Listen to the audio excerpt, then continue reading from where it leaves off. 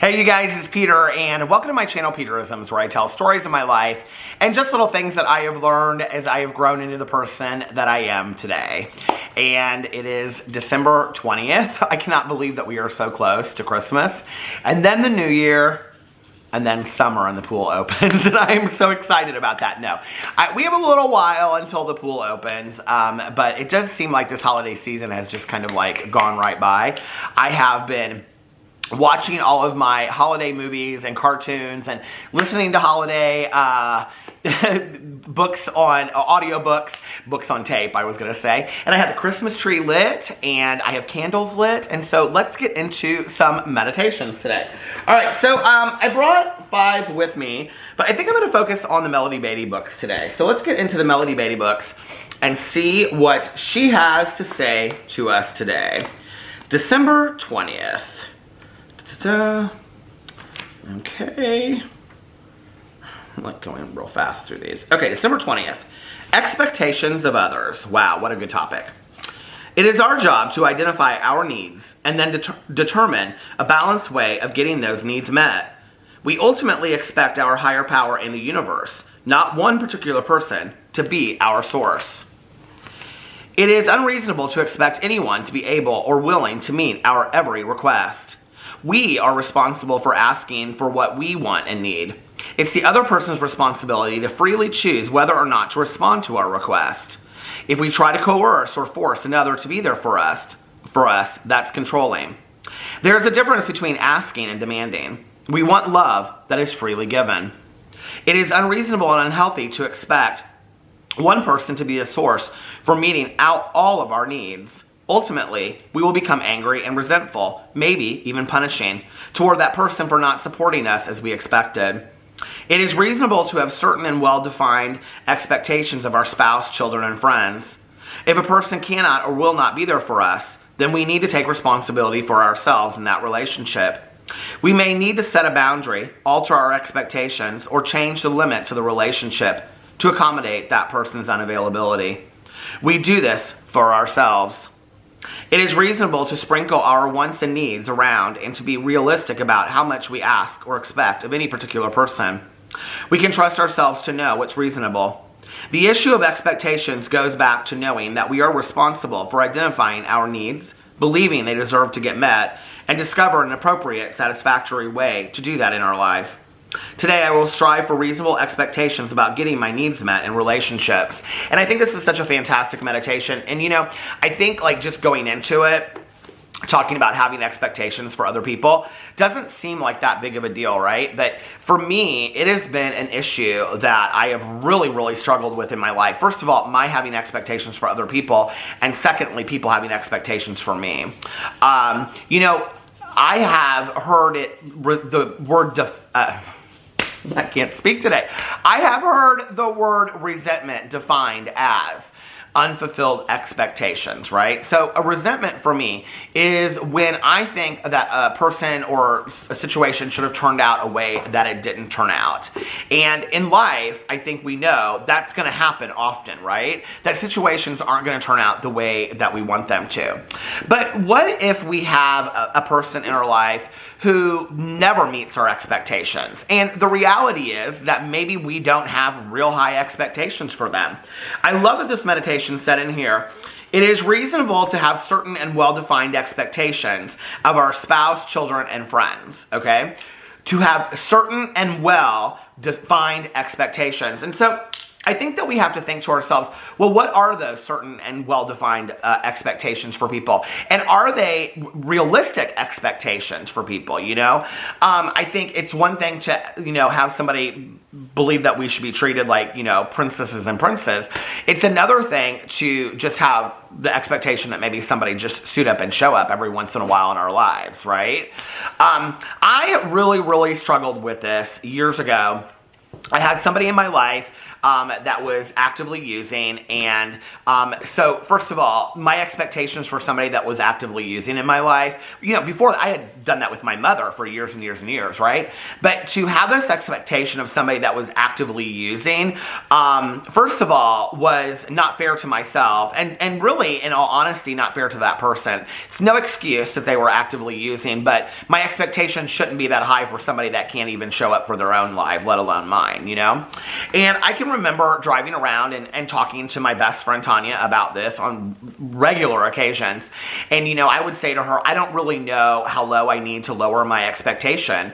And one night I would talk about it regularly with her, and one night I was just like, I don't really know how much lower I'm supposed to go. Like, how low of expectations am I supposed to have for somebody in my life? And she looked at me and she said, until you don't have any expectations at all. And that was really where I got with this person. And there's been several people in my life that I have lowered the expectations for them so low that I have no expectations for them all. Now, I don't know about you, but what happens to that relationship in my life is, once I have no expectations for somebody, once I don't feel like they should show up for me at all, and if they, and with that specific relationship, what happened was that then and it was weird that person started turning around wanting to do things and hang out and all this kind of stuff, and then I was like, okay, this is weird. Now that I don't have any expectations for you at all, now you want, and I kind of was like this, and I can remember talking to, not just my friend, but my sponsor and my husband about it, and being like, well, they want to hang out, you should hang out with them, right? And I don't know, it just wasn't that easy for me. Because what happens to me is, once I have lowered my expectations, because I do think it is fair to have expectations for people in our lives, right? I don't think that we have to have outlandish expectations for people, but I think it's fair to ask that the people in our lives show up for our lives. I try to do that for the people in my life, and I want the same from them, I think that's a fair expectation. And, once I get to the point where, because really, lowering my expectations is not for the other person, it's for myself. It's self-preservation is really what it is. But what happens when I get to the point where I literally have no expectations for a person in my life, the counteraction to that is that I also have no emotional attachment to them as well. Because if I have a person in my life that I cannot expect them to show up or suit up or be a certain way in my life or whatever, then the question is, why do I want them in my life? And that was a question I started asking myself 5 or 6 years ago, and I had several people in my life at the time that I was like, why do I have these people in my life if they're just continuing to never suit up and show up to anything, even though I'm trying to suit up and show up for them. And not that I think it should be a tit for tat thing, because I don't think it should, but why are they continuing to be in my life if I can't even expect them to show up at the important stuff, If they're not even going to show up at the important stuff, then they're not going to show up for anything, right? And if I have no emotional attachment to them, and what that means is that when things happen in their lives, you might be happy or you might be sad for them or whatever, but you don't really have the feeling that you had before, if that makes sense. You just kind of have a very muted, numb feeling towards that person. If you've ever been there, you'll know what I'm talking about. It's like they don't, like, you have no emotional response to the things that happen in their life. And what that means is that they're no longer really in your life. And it's really a sad thing that happens. And, when I've talked about it to people in my life, and they'll say, well, you say you don't have an emotional attachment to that person anymore. Like, well, what does that mean? Like, how did you get there? And, for me, it's really like, I try and I try and I try and I try and I try, to have a relationship with somebody. But when there's nothing being given back, at some point, I'm just kind of like, you know what? Like, obviously this relationship wasn't meant to be. Obviously this relationship wasn't supposed to happen the way, that I was hoping that it would happen in my head.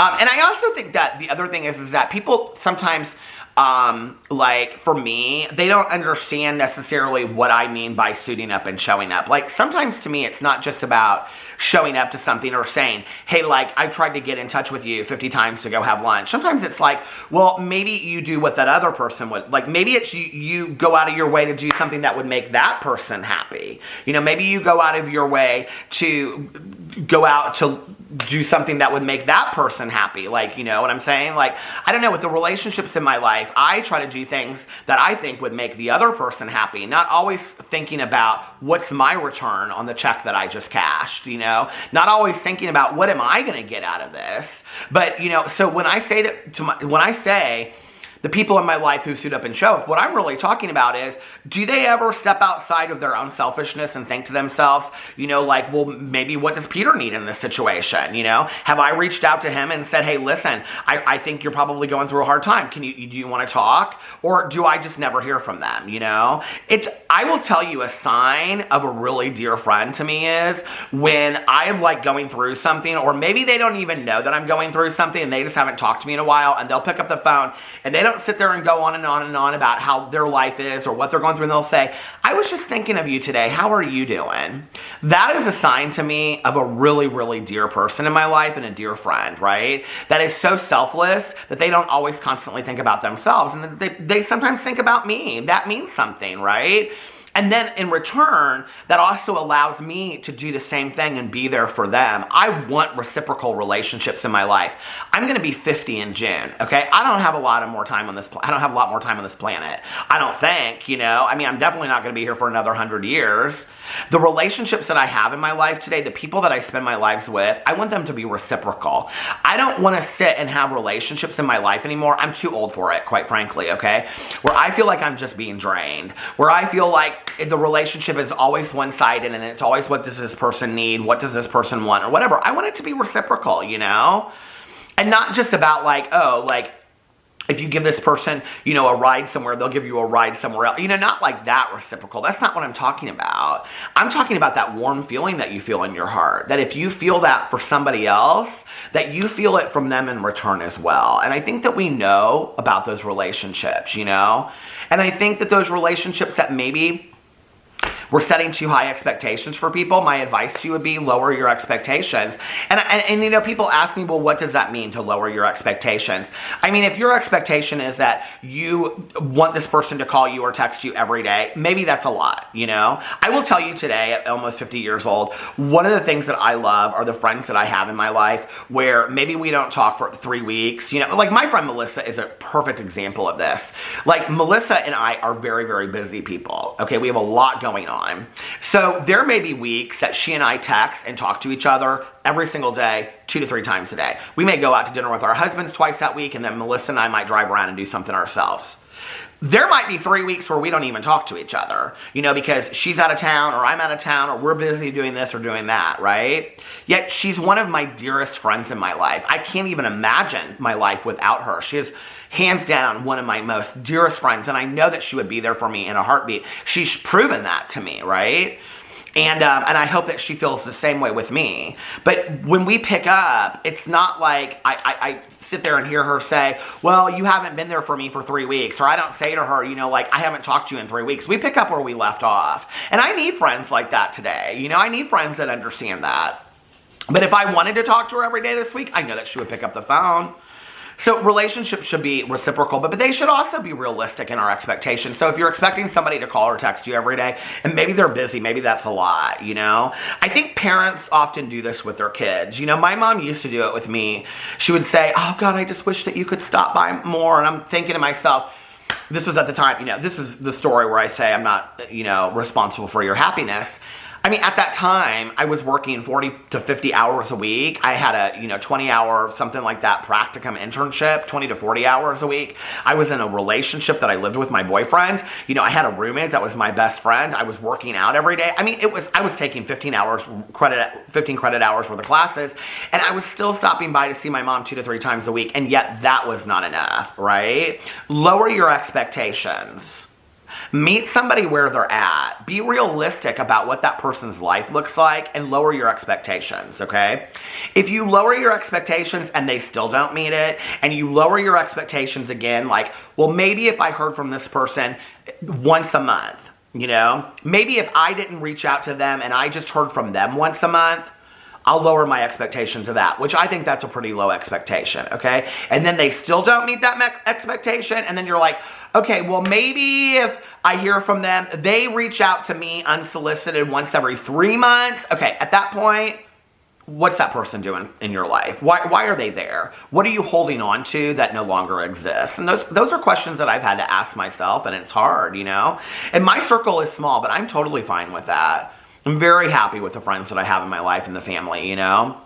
I don't need some huge circle. I mean, sometimes it gets lonely because I call 3 people and I'm like, do you want to do something? And they're each like, no, because they're busy with other things. I'm like, okay, I guess I'll stay home tonight and watch a movie. But you know, that's okay. I would rather have a smaller group of friends that I know are people that I can rely on in anything versus having more and more people in my life that I'm not really sure of what those relationships are like. And I don't honestly, to be completely transparent, like I don't want to spend a lot of time. I don't know about you guys, but you're probably many of you feel the same way that I do. I don't want to waste a bunch of time with with people that don't really care if I'm in their lives or not. You know what I mean? Like I want to spend time with the people and invest the time with the people that care if I'm in their lives or not. So anyway, that was a good meditation. Let me know what you think in the comment section below. I love you guys and I'll see you tomorrow. Bye.